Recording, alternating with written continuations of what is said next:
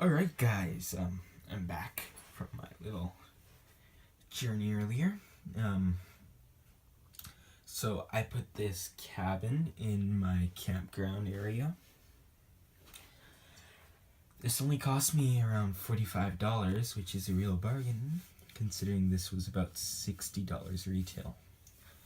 It was used, but there are no pieces missing, so I say it's a pretty good deal.